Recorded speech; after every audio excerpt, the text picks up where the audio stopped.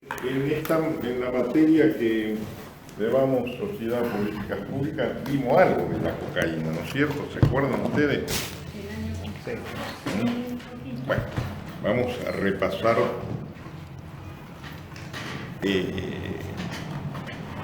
la cocaína. A ver, es una sustancia química que se extrae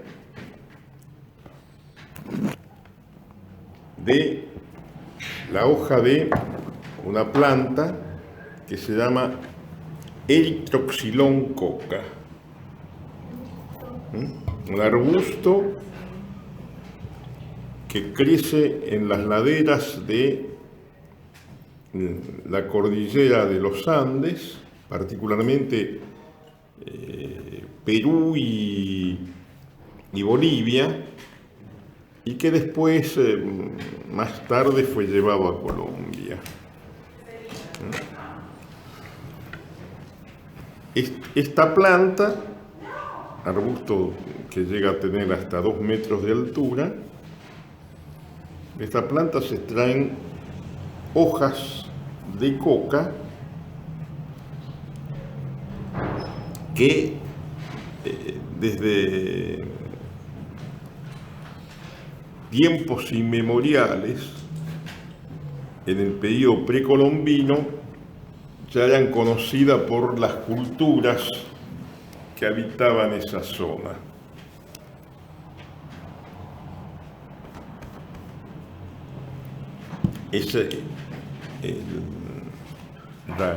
La hoja de coca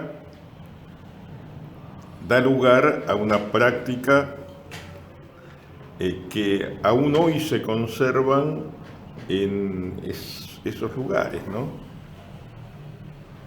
Que se llama, bueno, es el mascado de coca, que generan, a ver, es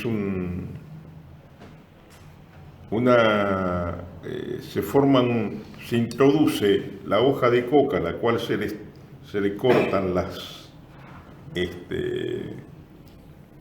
partes de sostén, las partes blancas, y se introduce en la boca,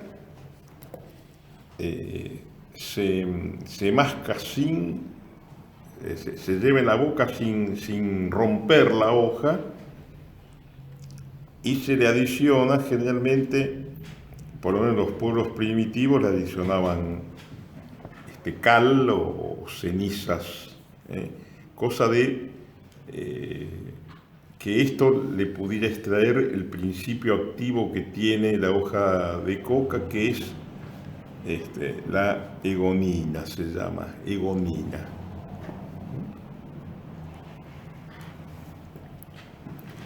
¿Qué efecto provocaba esto en estas culturas? Egonina, perdón. Egonina, sí. No, ¿dónde dice? Técnicamente, químicamente, eso es bencil, metil, egonina. Nosotros comúnmente no decimos clorhidrato, decimos clorhidrato de cocaína. Después vamos a ver cómo se produce el clorhidrato de cocaína, que es lo que comúnmente en la gente se conoce como cocaína, merca, ¿no? Pero digo, inicialmente esto forma parte de las culturas andinas, y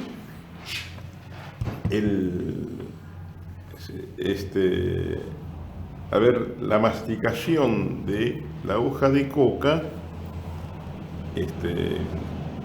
al desprender lentamente el principio activo, le permitía a los primitivos habitantes desarrollar largas caminatas y desarrollar actividades que generaban fatigas, soportando las inclemencias de su actividad. Esto tiene que ver con muy muy pequeñas cantidades de gonina que iban ingresando al organismo de los nativos.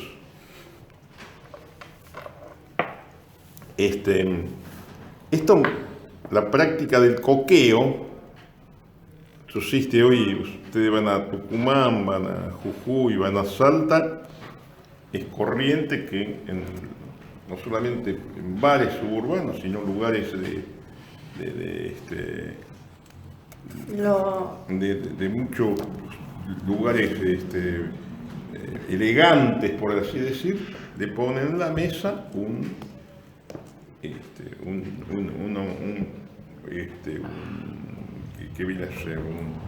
platito con hojas de coca.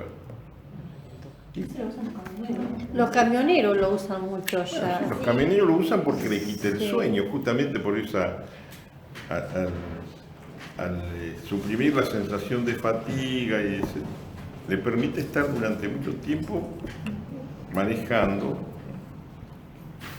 Aparte de lo que van en altura, también le quita el apunamiento. Y venden. El té de coca se usa mucho. Allá en Tucumán yo me acuerdo que vendían té de coca. Como el té La Virginia, así. Me hace la liga. Para que todo hace llenado.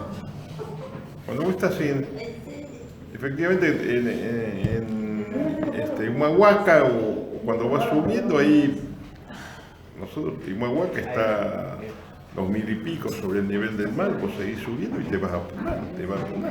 Nosotros no tenemos. Y entonces, con el té de coca contrarrestás eso.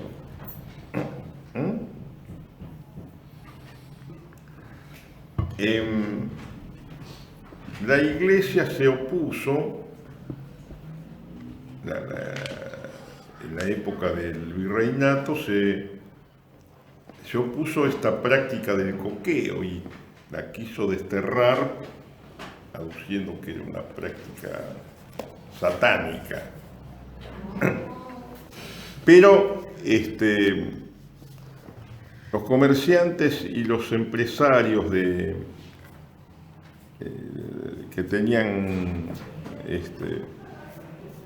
en propiedades rurales y también los que eran dueños de minas se opusieron a esto porque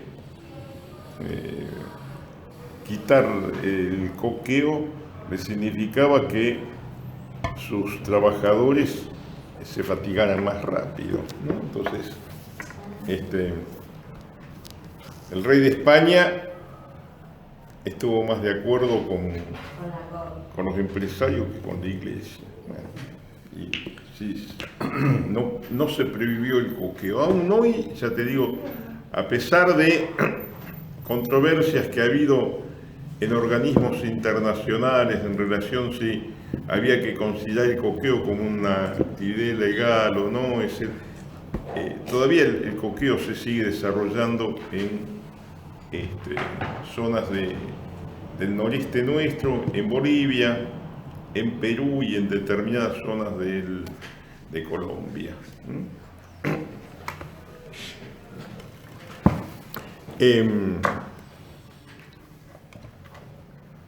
La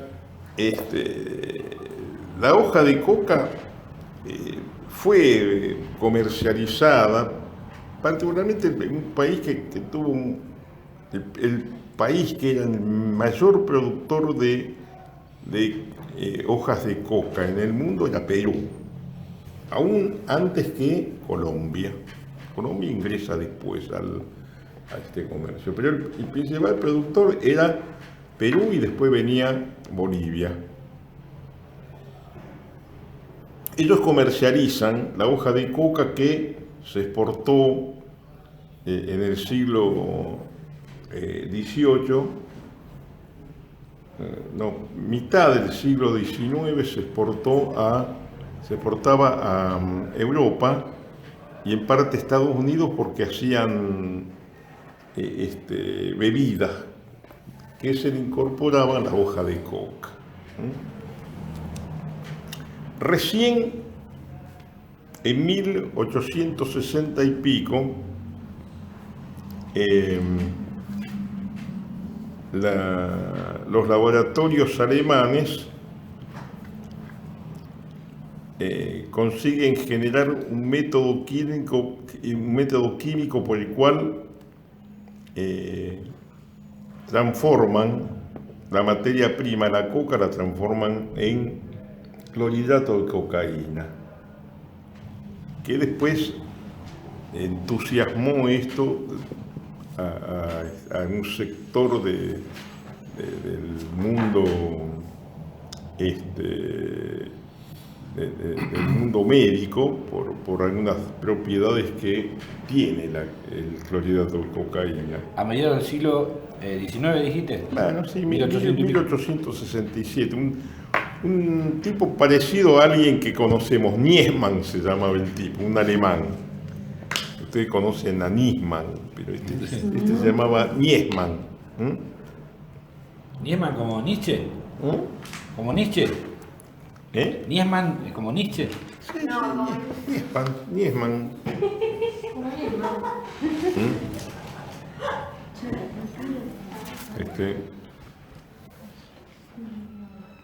No sabía que tomabas mate dulce. Yo tomo con edulcorante mate. Con azúcar, en mi casa, azúcar sí. Es bueno para Sí. hacer la cosa porque ya sabes con quién hablar y con quién no hablar. A ver dónde está el... ¿Qué?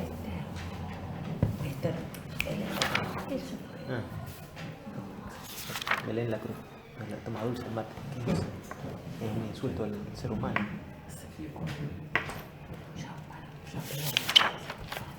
Vos ya no- Bueno, pero es el nombre es... El nombre es Niesmann.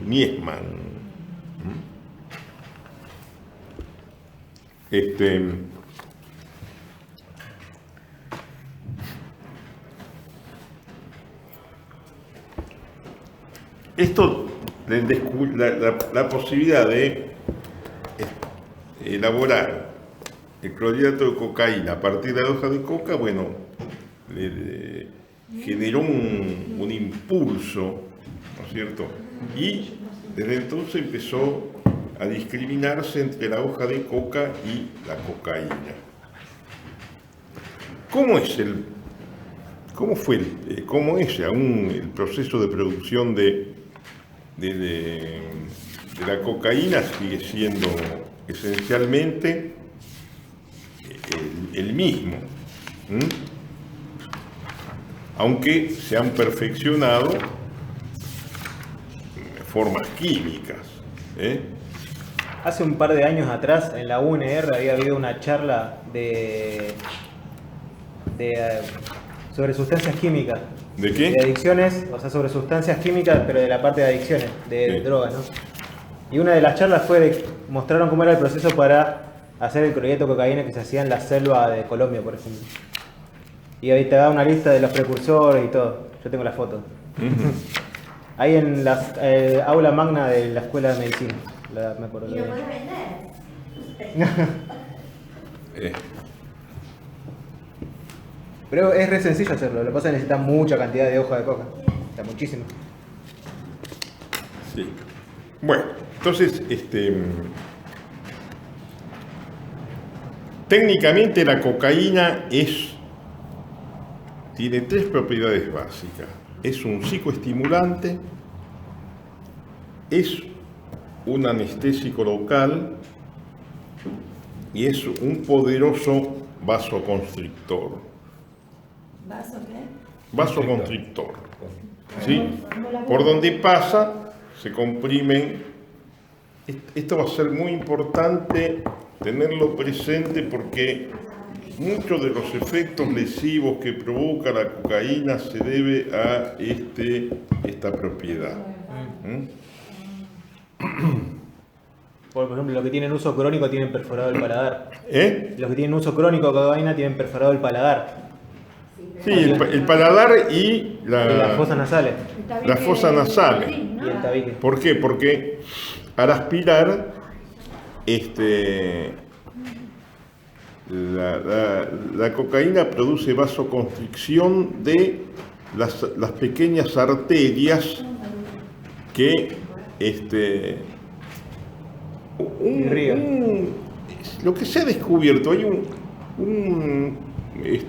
una droga muy poderosa que ha aparecido en el mercado últimamente, son las semillitas de Ah, sí, de girasol. las semillitas ¿De qué? de girasol.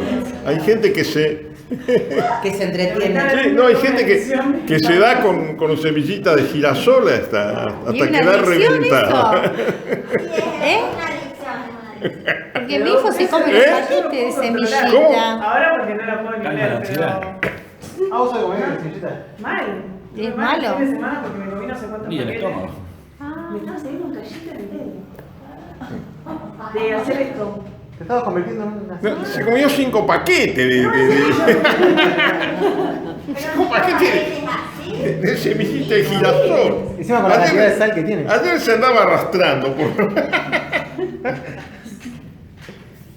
Viste, en una institución que trabaja sobre adicciones tenemos la secretaria que nos merece. Adicta a la semillita de girasol. Ese, bueno, va a ser un nuevo estupefaciente que vamos a estudiar. ¿Qué efecto Cuando nos toque eso la llamamos. Depende de la técnica para abrirlo rápido. Sí. Profesor, profe, yo. Usted sabe que ahí donde estoy en CREA, los chicos comían muchas semillitas. ¿Cómo? En una fundación, un lugar, en el centro de rehabilitación, estoy unos días yo, los chicos comían muchas semillitas. Y ahora se la prohibieron. Sí, bueno. No estoy yo, bueno. Probamos la cocaína. Sigamos con la mujer. ¿Eh? Sigamos por ahora con la Sí. mujer. Bueno. Esta clase sos genial. Bueno, la cocaína digamos, es un polvo blanco, amargo, que provoca la insensibilidad gustativa por las propiedades anestésicas. ¿Qué hace? Provoca la insensibilidad gustativa por el efecto anestésico. Ustedes han visto que en las películas, cuando quieren probar si hay cocaína, se abre el paquete, se pasa y se lo pasan por los labios, porque si es cocaína tiene que adormecer los labios, ¿no? Con las encías. Las películas. No, pero yo creo que hay muchos que lo usan cuando te da la muela. La cocaína, a ver, Habiendo tanta cosa. en el mercado van a encontrar lo que es cocaína base o pasta base y el clorhidrato de cocaína. La cocaína base no es soluble en agua.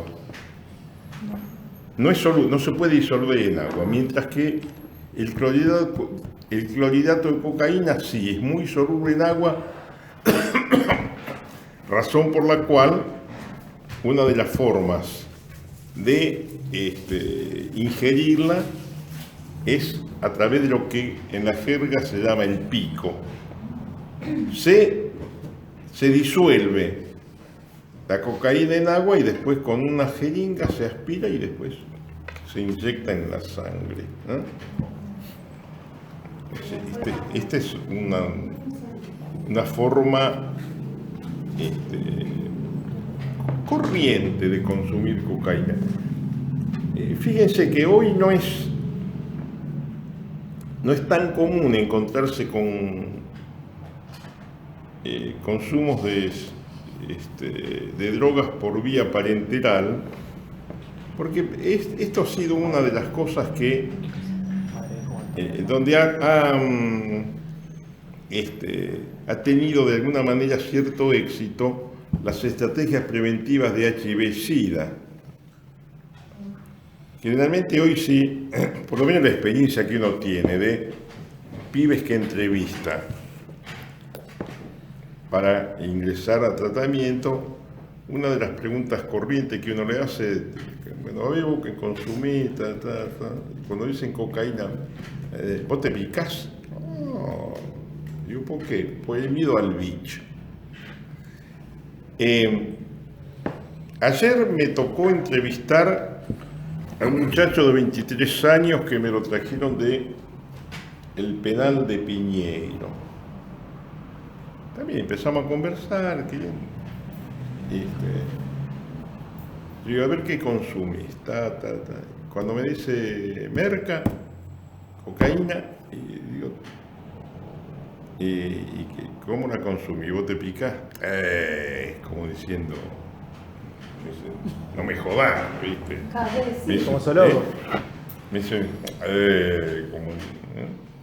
o sea que en esto creo que hay un mérito de las estrategias preventivas de HIV-Sida que han alertado a los pibes. Los pibes en general tienen miedo de inyectarse por el temor al HIV.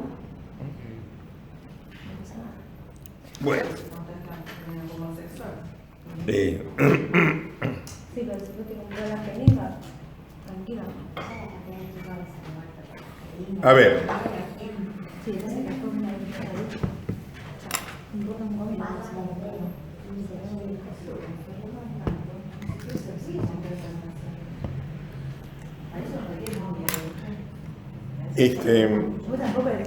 ¿cómo es el proceso de producción de el clorhidrato de cocaína?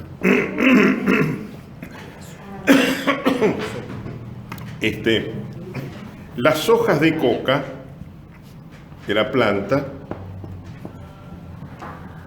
se recolectan a mano. La planta de eritroxilón más o menos tiene una altura, alcanza la altura de 2 metros. Se recogen a mano las hojas y se secan, más o menos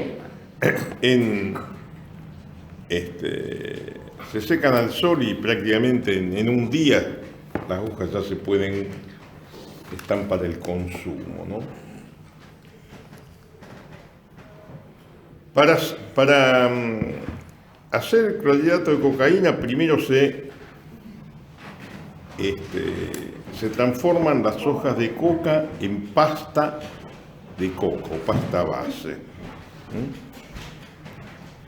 Se forman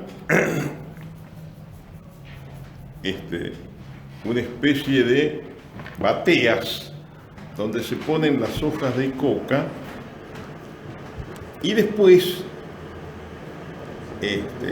se le agrega carbonato de sodio o carbonato de potasio.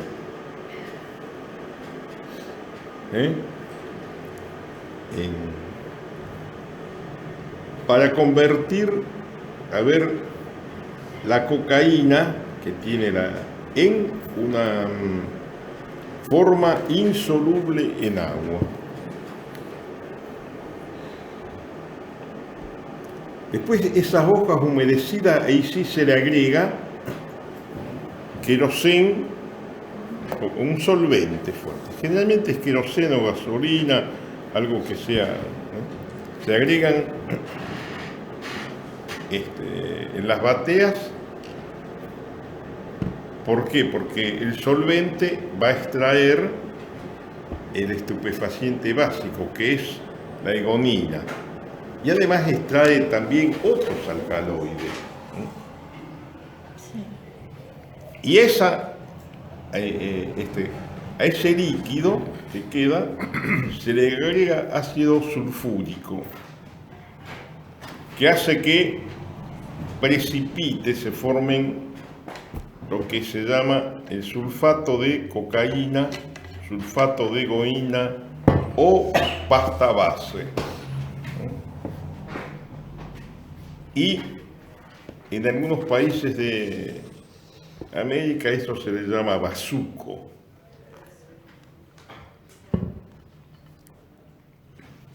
A ver, ¿por qué se hace esto?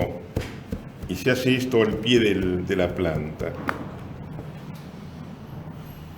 Porque el transporte, en primer lugar, el transporte de la hoja de coca implica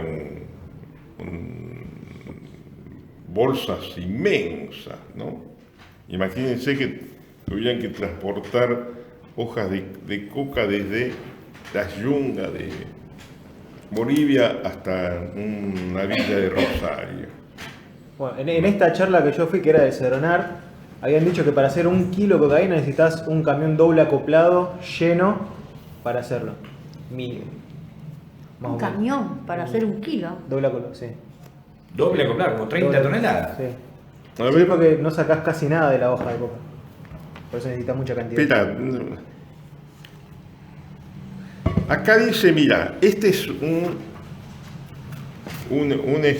informe de la Comisión Clínica del Gobierno de España. Dice, de unos 50 kilos de hojas pueden obtenerse 500 gramos de pasta de coca, medio kilo. Claro, hay que ver 50 kilos de hojas, qué volumen. Y porque son muy livianas. Claro, entonces capaz que era un doble acoplado, pero no sé si comprimido o no. El tipo, yo lo que me acuerdo Claro, era sí. la bolsa eran gigantes. Pero vos no sabés, yo me imagino que 50 kilos de hoja de coca debe ocupar un gran lugar, porque... Mucho bulto. Ah, Porque... puede ser. Porque Sí. la impresión de que, sí. Claro, tal vez lo llenás en dimensión, pero no en peso. Bueno, pero, a ver, hay dos razones por las cuales se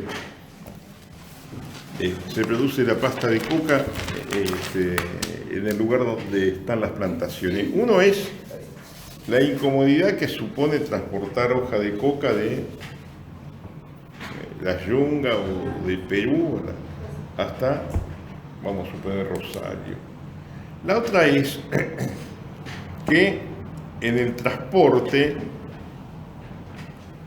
esto ocurría cuando se llevaba hoja de coca de Perú hasta Europa, en el transporte, en la bodega, ¿verdad? Muchas veces la hoja de coca se llenaba de bacterias, de bichos que terminaban arruinándola. Se apolillaban, tengan presente que, bueno, con un arbusto tiene todas las bacterias y microbios que hay, que tiene cualquier plantación. Entonces, este sulfato de cocaína después se le agrega agua, amoníaco, ¿no? Amoníaco. Se le agrega amoníaco. ¿Para qué? Para que el sulfato de cocaína sea insoluble en agua. Y así se transporta.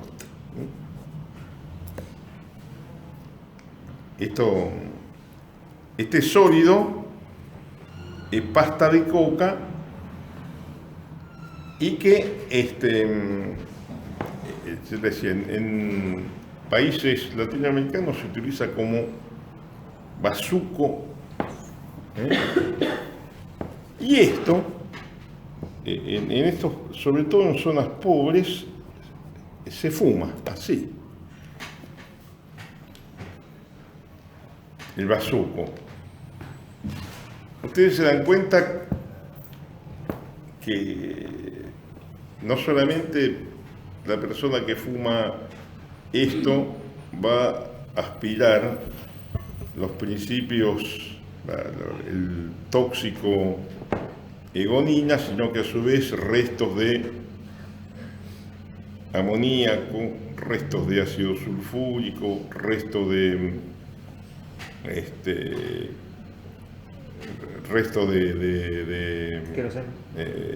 ¿cómo se llama? De solventes, y aspira todo eso, o sea que vos lo pones en una pipa, en una cosa de los que fuman eso y realmente ingresa, que es como si fuera una aspiradora que te liquida con todo, ¿no? Bueno, esto después se lleva al laboratorio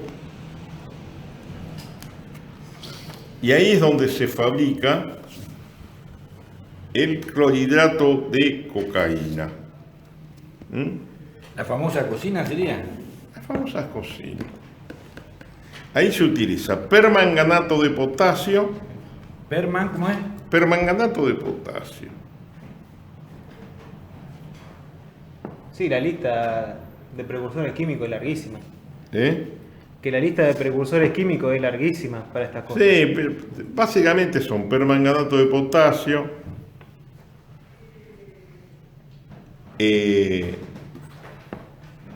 acetona, solventes orgánicos,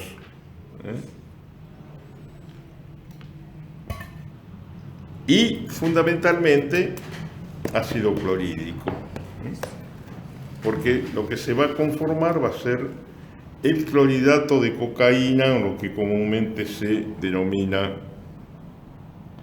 merca, blanca, tienen muchos nombres, ¿no? Cuando sale esto, cuando se expende, cuando pasa a la distribución, se estira. ¿Para qué? Bueno, para hacer de 1 kilo se hacen a lo mejor 2, 3 kilos. ¿Con qué se estila? Bueno, generalmente se puede estilar con talco. Cal. Cal. Sí, Con vidrio, pero fundamentalmente con lo que se estila es con talco o con algunos anestésicos, benzocaína o alguno de este tipo de anestésico para fomentar esto. Y también se puede mezclar con anfetaminas pisadas. Pero eso la encarece. ¿No la encarece todo eso? ¿Cómo? La encarece, la hace más cara. No. Le meten anfetamina y todo eso. La cocaína es más. El polvo de cocaína es mucho más caro. Si vos le agregás, te le agregás anfetaminas que se consiguen en el mercado más barato, bueno. Claro. ¿Y qué es lo que determina la pureza entonces? La vida, la famosa Y la proporción, la pureza la determina la proporción de gonina que tiene el clorhidrato de cocaína. O sea, que esté menos estirada. Lógicamente, que esté menos estirado. Ah. Ahí, el porcentaje de estupefaciente básico tiene que ver con muchas cosas. Entre otras cosas, tiene que ver con el tipo de hojas de coca que se han utilizado para la formación de la pasta base. No todas las hojas de coca tienen el mismo porcentaje de gonina.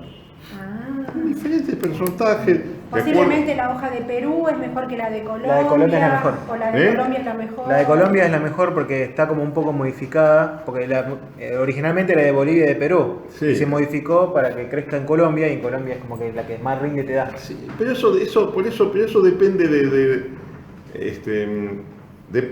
es como el vino, depende de la cosecha. Y depende de la situación climática que haya tenido esa región en el tiempo que se cosechó, y depende del cuidado que se haya tenido en recoger la hoja, hay un montón de factores que inciden, pero que nunca nunca distintas hojas de coca, de distintas cosechas van a tener el mismo porcentaje de gonina. Y además, tengan presente que todos estos tratamientos que son bastante rústicos, por decir así, ¿no?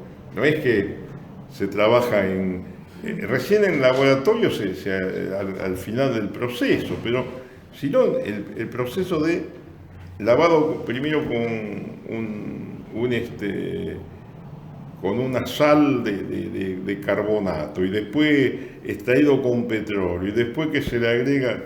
Es decir, son todos procedimientos rústicos, en bateas que son rústicas, por lo tanto, acá hay muchas modificaciones y cambios.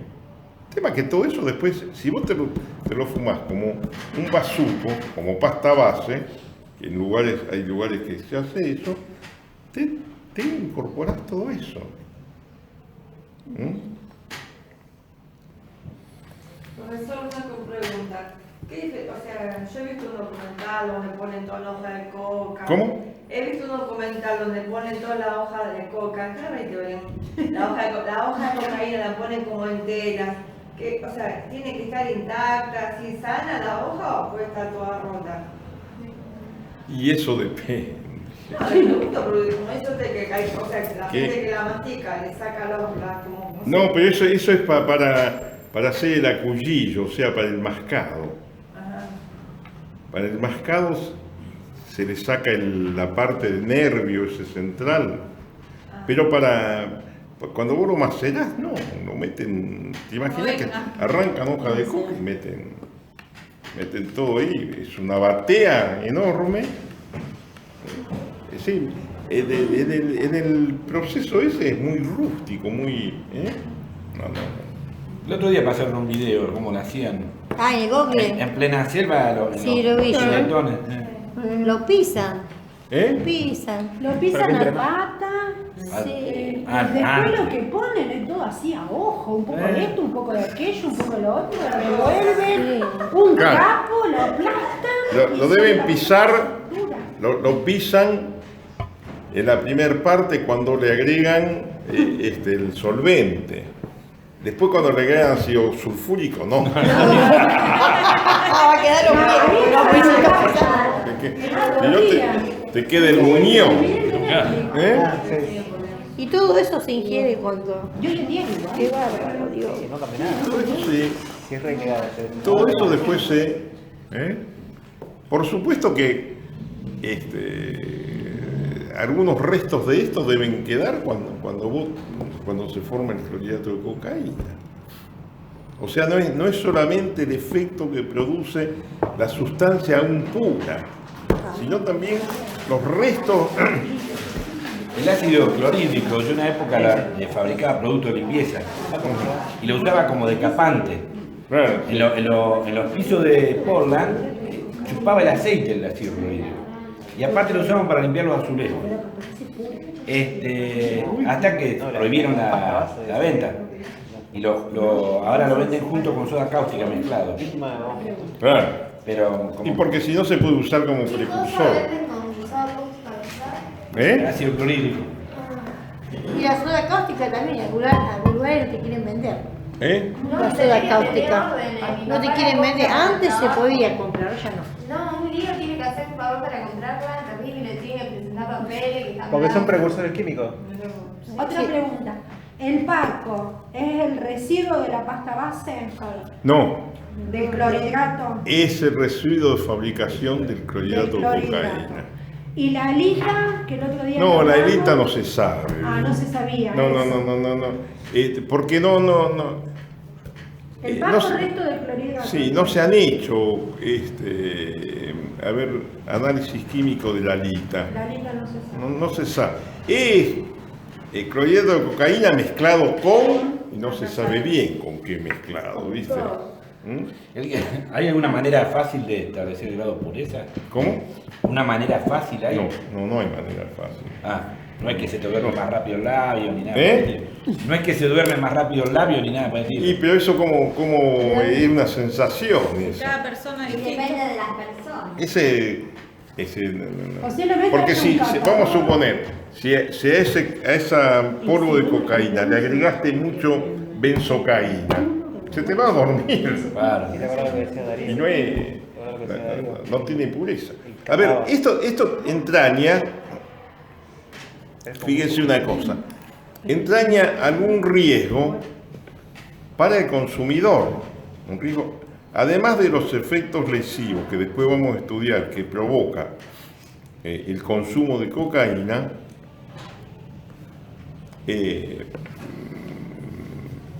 las variaciones en la concentración de el estupefaciente hace que se corra el riesgo de que una persona sufra una sobredosis. ¿Por qué? Porque él está acostumbrado a tomarse uno o dos papeles. La cocaína viene o en sobrecitos o en Bolsita. ¿Cómo se llama? En bolsita. Sí, en bolsita. Bueno, eso comúnmente le ha quedado el nombre de papel. Un papel es 1 gramo. Entonces, esto se tira se pone para el esnifado, se pone en varias líneas y después esto puede servir, se le saca y entonces se hace así, y se toca. Bueno, pero vamos a suponer una cosa, un tipo está acostumbrado, se está acostumbrado a tomarse X cantidad de líneas y generalmente le viene una cocaína de cierta concentración. El organismo humano genera lo que se llama tolerancia frente a las drogas. Y, por lo tanto, eso implica que cuando ha generado un determinado nivel de tolerancia frente a una determinada concentración de cocaína, el organismo humano está acostumbrado a recibir esto.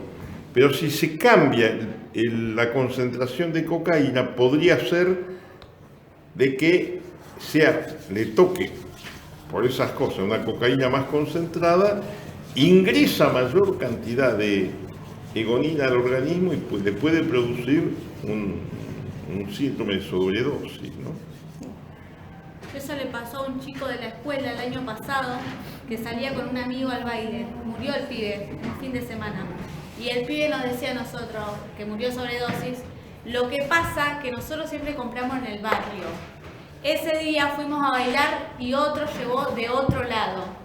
Porque no puede ser, decía, porque él siempre toma igual. ¿Cómo esta vez? Es porque le vendieron porquería, como si esto no lo fuera, ¿no? Pero él me decía, porque el pibe que nos dio vino de otro barrio.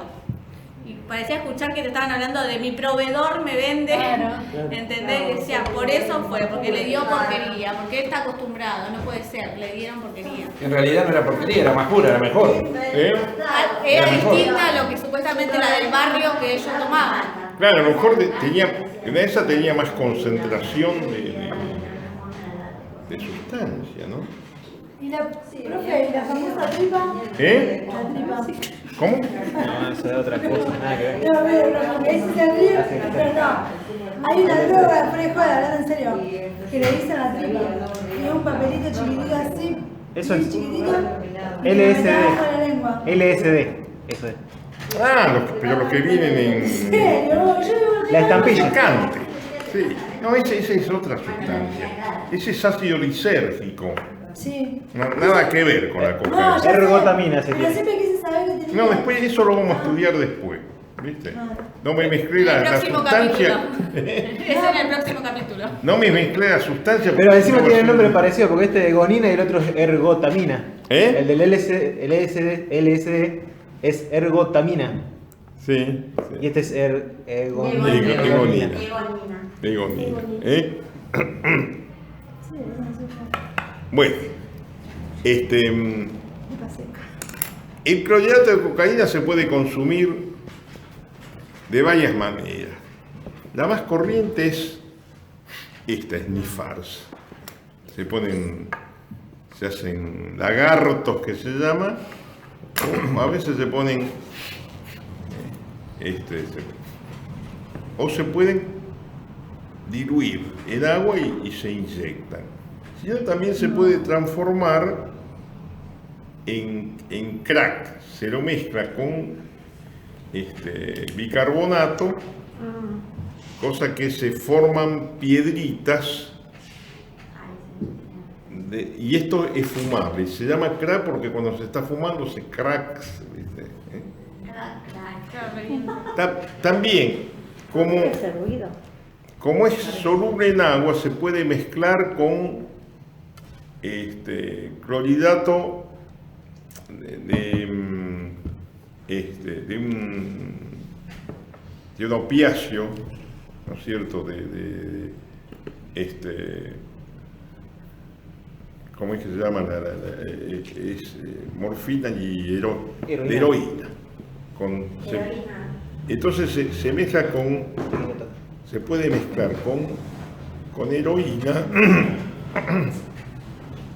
y esto también se inyecta y se llama speedball. Ah, speedball, sí.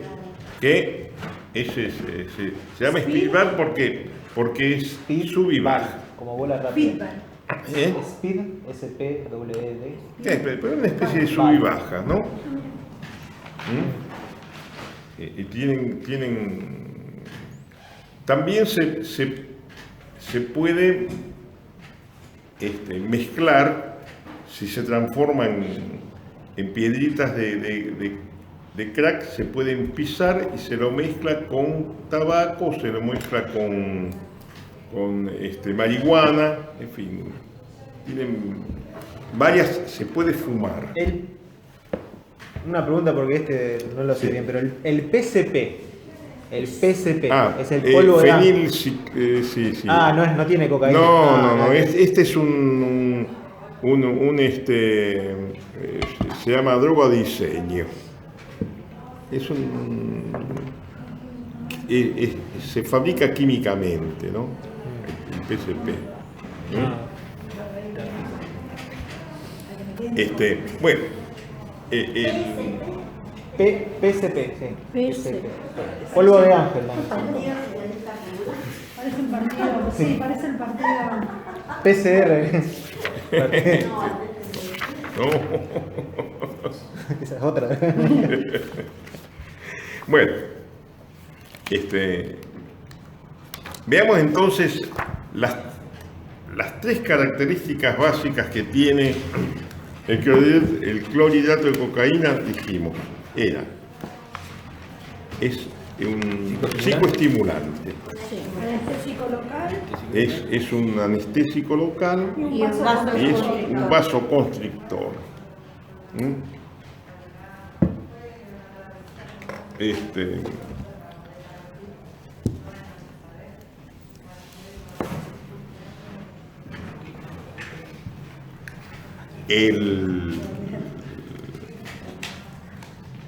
Es una sustancia que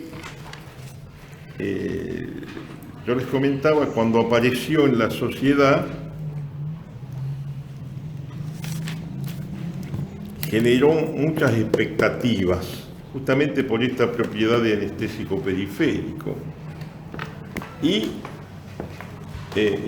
piensa en 1870, todavía no había sustancias anestésicas, o eran muy pocas las que se conocían.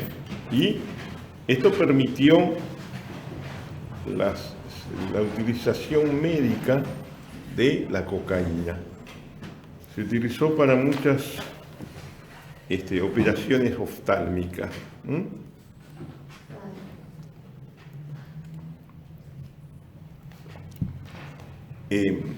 También el que se embaló con la cocaína fue Sigmund Freud. También así que él escribe un libro que se llama Ubercoca. Entre otras cosas, él se embala porque cree que el clorhidrato de cocaína era una sustancia que le iba a permitir tratar a los adictos a opiáceos, al opio y opiáceos. Después se da cuenta que los adictos al opio se hacen adictos a la cocaína y siguen siendo adictos al opio. Así que ese fue uno de los fracasos, de los grandes fracasos que tuvo Sigmund, ¿no? Él lo usaba para el cáncer de mandíbula que tenía, para los dolores. Sí, pero él usaba más que por el cáncer de mandíbula, más opiáceo usaba, ¿no? No, pero eso fue antes. Porque esto fue el cáncer de mandíbula es de Freud.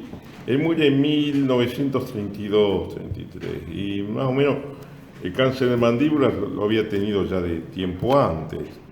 Sufre varias operaciones, así que más o menos de 1915, 1920 ya tenía y tiene varias operaciones, pero utilizaba más que cocaína, opiáceos.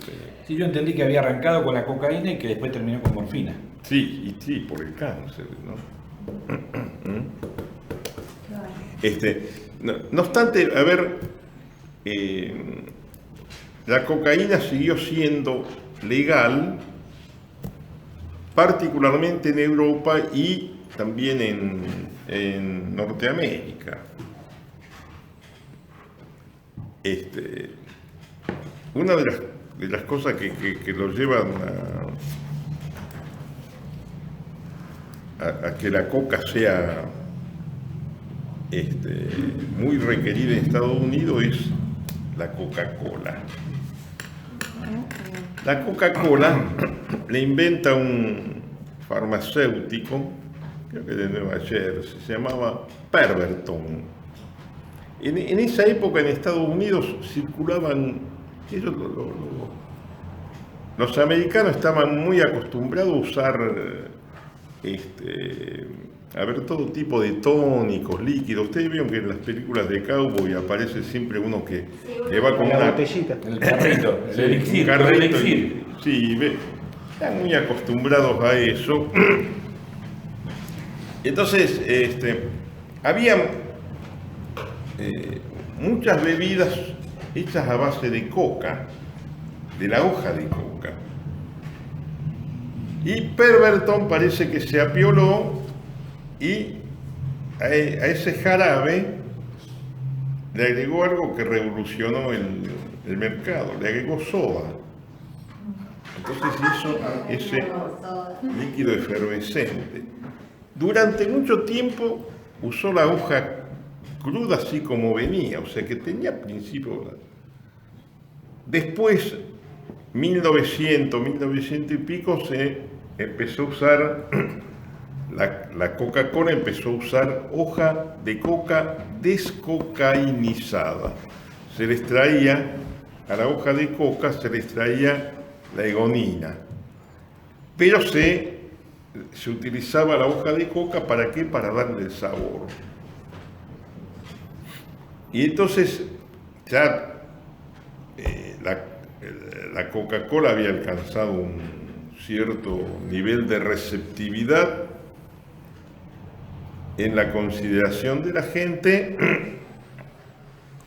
y entonces para evitar que le afanen la fórmula, la empresa lo que hizo, dividió los componentes básicos del jarabe en 5 fórmulas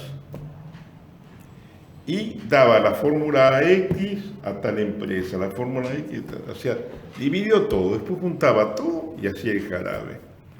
Y la fórmula que tenía las hojas de coca era el famoso merchandise número 5. Y aún hoy siguen usando hojas de coca para hacer el jarabe básico de la Coca-Cola. Aún hoy. Por eso dice que la Coca Cero tiene mucha... La Coca Cero dice que no es aconsejable que la tomen. La Coca Cero, Coca-Cola Cero. Pero escúcheme, a ver, ellos hacen el jarabe con hoja de coca descocainizada, les traen el principio activo y utilizan ese jarabe para darle el toque de sabor.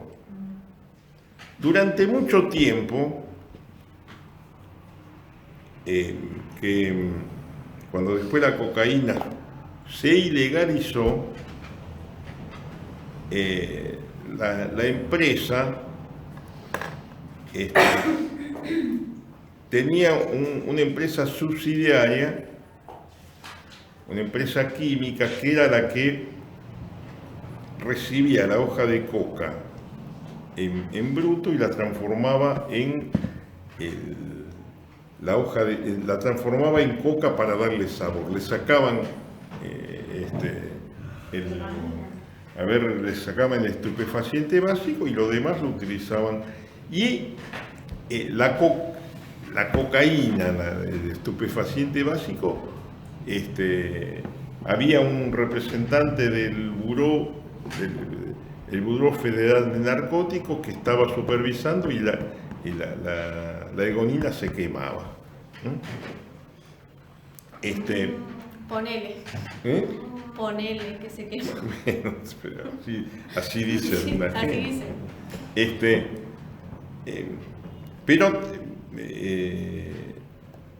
además la que supervisaba el envío de hoja de coca de Perú a Estados Unidos era justamente el Buró Federal de Narcóticos. ¿Y cómo entra en el mercado europeo y en el norteamericano? ¿Primero entra en el mercado europeo como droga o entra primero como analgésico? ¿Cuál era el primer motivo por el cual entra? No.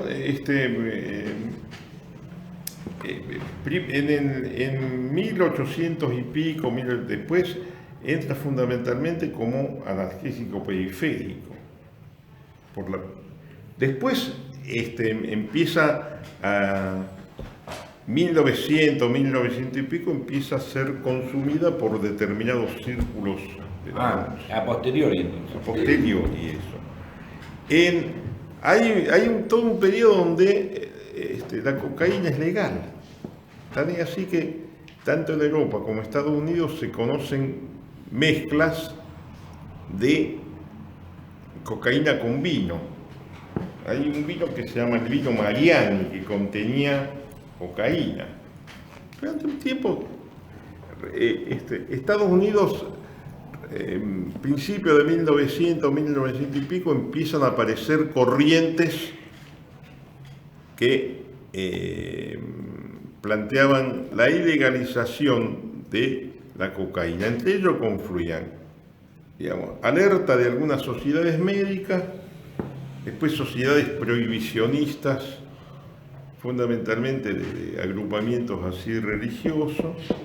Y fíjense, en esto confluye después en Estados Unidos lo que va a ser la ley seca, que va a prohibir el alcohol.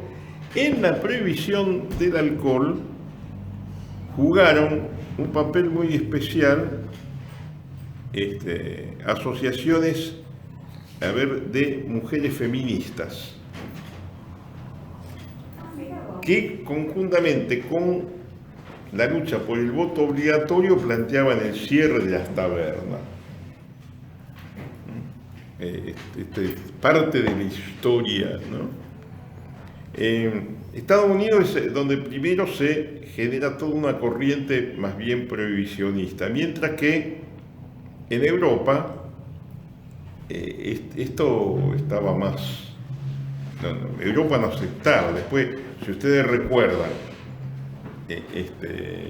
la convención de Shanghái, después la convención de La Haya, ahí no sé, lo que vimos el año pasado, ahí los Estados Unidos no logran imponer su